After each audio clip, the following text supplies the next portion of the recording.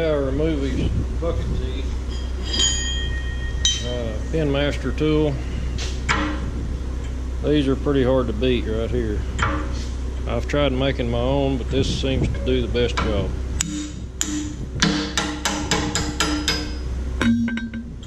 Pin right out of it.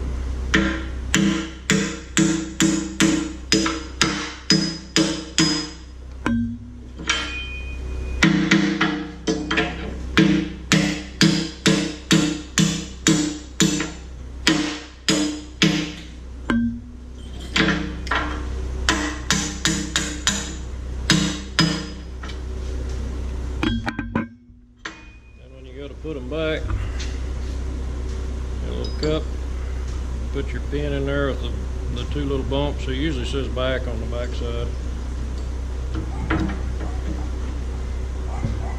Put it in there just like that.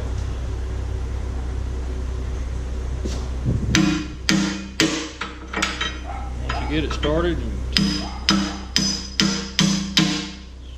drive it right on in. Pretty simple.